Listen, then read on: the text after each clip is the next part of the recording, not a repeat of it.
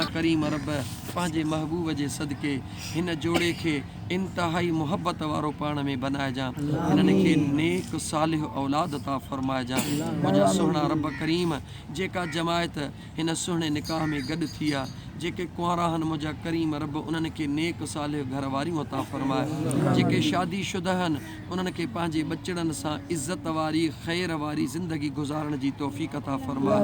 मालिक मिठड़ा जंहिंजे बि घर में अगरि का फशरी या को कीनो कुपत आहे, अल्लाह से उन्हनि खे बि इज़त ऐं ख़ैर वारो बना।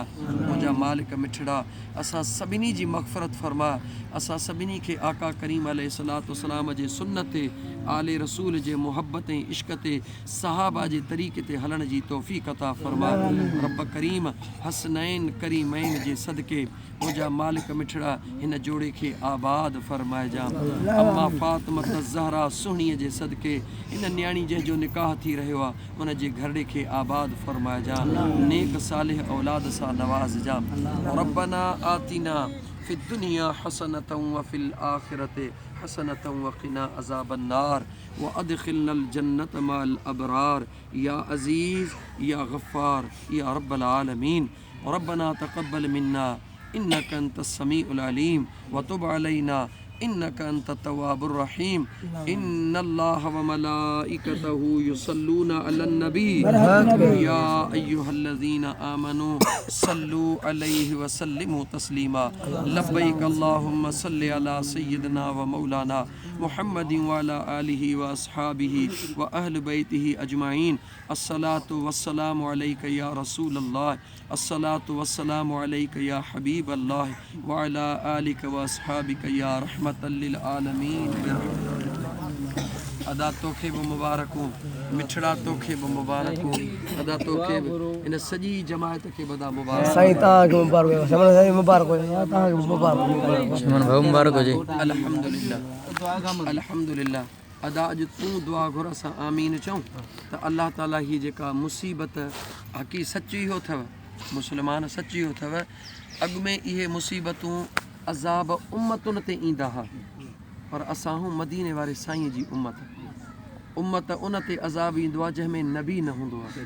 असां तव्हांजो हयातुन नबी सल्लल्लाहु अलैहि वसल्लम पंहिंजी उम्मत सां गॾु आहे, इन करे मुंहिंजो रब उम्मत ते अज़ाब न कयो आहे। जीअं न माउ कावड़ी बि आहे, पीउ कावड़बो आहे, पोइ बचे खे चूंडड़ी या चमाट हणंदो आहे त सुधुर।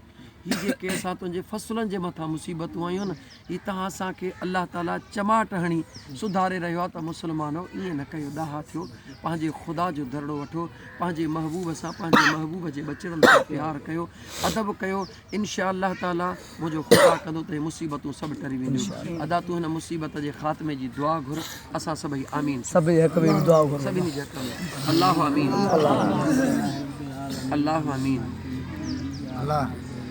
अल्लाह आमीन आमीन।